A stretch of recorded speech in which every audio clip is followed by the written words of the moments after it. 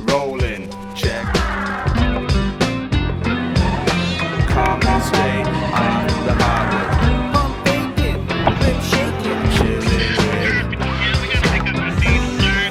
I be rolling out, rolling Off out. the hardwood. Off the hardwood, straight. Coming up on Off the Hardwood, we'll take you behind the scenes into the Toronto Raptors locker room. Who handles the uniforms, sneakers, laundry, and travel arrangements? You'll find out. Also, one of the hottest teams in the NBA, the Raptors Dance Pack.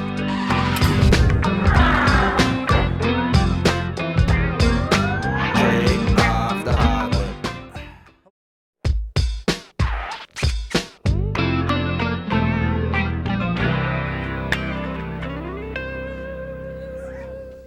Welcome back. Okay, Brian, I'm here. I'm in this great room, which any high school kid would love to get into and go wild. I'm a new player on a 10-day. Suit me up, man. What happens? Well, you're in the vault. We kind of joke about it. This room actually is sort of built very specifically for what we hold in here. You can't get in here except through the door. Everything we've got in here is the most valuable to me anyways. Not so much maybe the value, but the fact that it's tough to replace.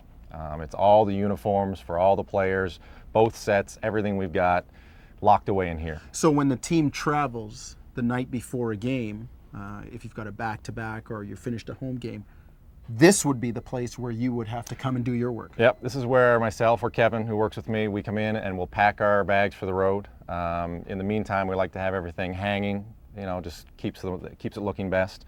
But either the practice before or the day before, we'll come in here and pack up the road sets. You'll see them hanging in the back.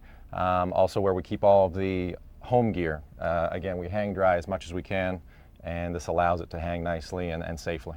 You have, this is, the vault, and you have everything labeled. I'm looking up here, and it says blood set and injured reserve. What does that mean? The injured reserve is pretty straightforward. As you're aware, we've got our 12 active guys and then 3 guys generally that are on injured reserve. And so on a game night, we don't need to put their uniform out, so we separate it and leave it here so it's out of the way for us. The blood set's a little more interesting. You've got a new player gets injured, whether it's himself or another player on the floor if he gets the blood on the uniform, often the referees will stop the game and will require them to change, whether it's a jersey or their shorts. And we have to be ready to go. The trainer will yell, pass word if we're not out there, back to here to hurry up, get a jersey for whomever, and we'll come running back in. They're numerical from low to high, so it saves you some time searching. Need a jersey for Del Curry, you grab this one out. Usually they'll change right in the huddle out there. Guys will gather around, they'll throw a jersey on right there. We bring the bloody one back, wash it up, and he's got a fresh one to go. What happens when a new guy comes in? A guy comes in on a 10-day or a trade, then what happens? It's a bit of a scramble. They try to let us know as soon as they can without letting too many secrets out of the bag. It's generally a bunch of phone calls. First call is to our cresters, a local cresting company here in Toronto. They've got an inventory, a supply of blank jerseys. We throw a name and a number at them and tell them to hurry up, get it down here as fast as they can. What happens when you're on the road? And we had talked about an interesting situation. The first year I was with the team, a trade happened. We were quite a ways from home, and you guys really had to scramble. What happened there? Probably the most difficult scenario. I remember that one with you. We were in Utah. We made a huge trade, 4 or 5 player trade. I got there and saw guys leaving the hotel, and I didn't know what was going on. Yeah, exactly. So we sort of scrambled there where, again, call back to the cresters. They've got jerseys on hand, give them the new names and numbers of the players, and they crest them up within a couple hours if they can do it. In that case, they literally bought a plane ticket and sent these new jerseys out so they could be there the next day. And sure enough, we were ready to go for the next game. How much was that plane ticket worth? How much was the trade worth from an auxiliary sense where it was a plane ticket involved? Do you know? Oh, not exact numbers, but it was pushing $1,000 just to get jerseys out there. Wow. I mean, it was all done in less than 24 hours.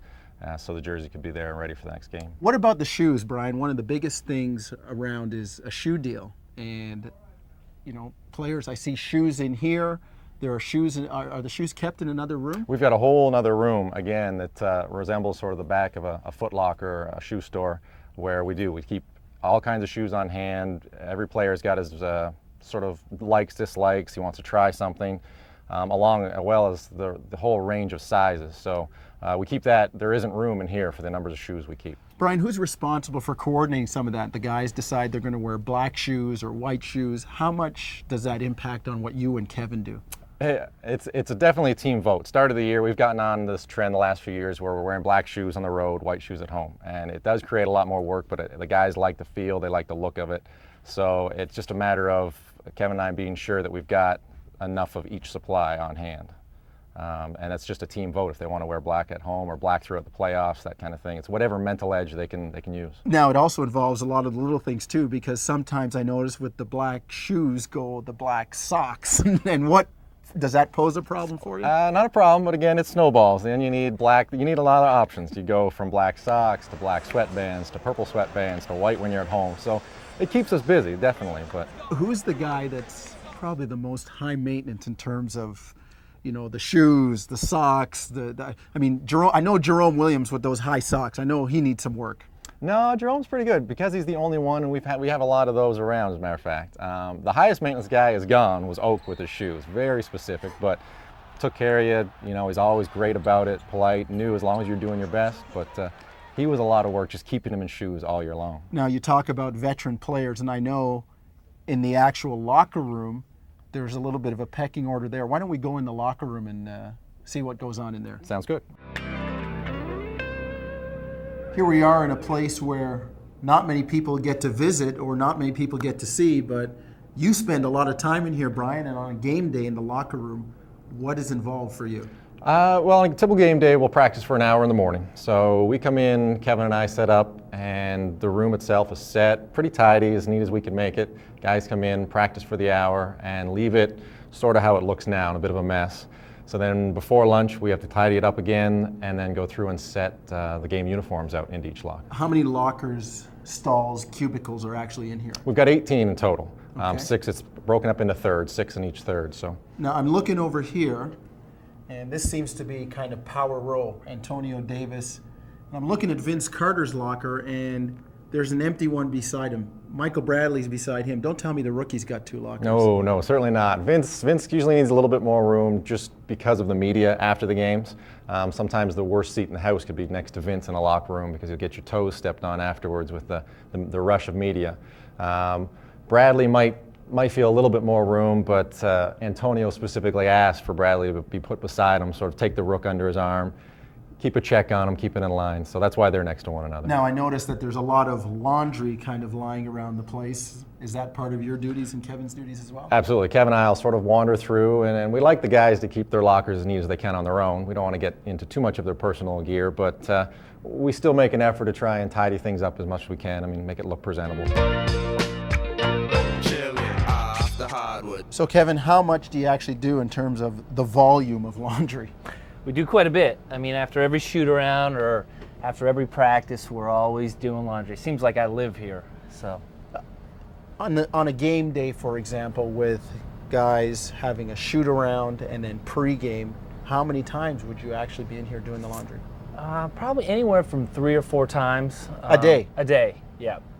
Whether or not it's, like I said, we do shoot around in the morning, then we'll do a load, and then after a game, during the game, guys are working out beforehand, so then we start another load up right before the game, and then after the game we do about 3 or 4 loads of towels and uniforms. So how much practice gear does a player own? A guy like AD or Vince, how many different sets of practice equipment does he have? Well, we have 2 sets for him at home, and we have 2 on the road. And like I said, we just keep an extra bin back here, so we're constantly rotating it.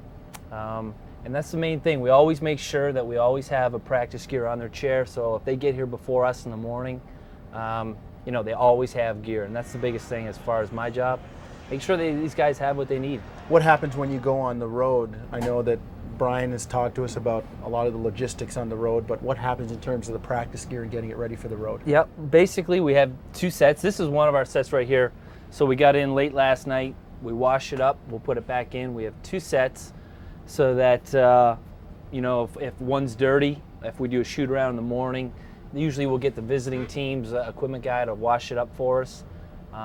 then that way we'll have an extra set that we can give them if we're going to go somewhere else and practice the next day. So, Is your biggest nightmare any one of these machines breaking down? well, I tell you, if they did, we have some good friends over at the Leafs section there that they always say, you know, feel free to use their washing machine. So that's pretty important for us as well. But I don't know what would happen if these things ever broke down. Now, you and Brian have seen a lot of people come through, and when we look up at the wall, we see some of the great names from the past. Do you ever send these things away with the guys? You know, we used to. We did a preseason game in Edmonton, and their guys gave us a tour of the Oilers locker room, and that's where we got this idea from. So I'd like to say that we could claim this, but we can't. And so we originally, I think he did start giving away name tags, giving them back to the players, but we've said no, we're not going to do that anymore, and we're going to build our collection. And we actually have some back here. Some of the guys who need to go up here, some great names. You know what I mean? We miss some of these guys. Well, Brian, thank you very much. And I did see the shoe room. Are any of those shoes good for dancing? We'll see what we can do. Okay, well, when we come back, I'll be joined by the Raptors dance pack, and I'll have my dancing shoes on, and we'll see what we can do. Come on back.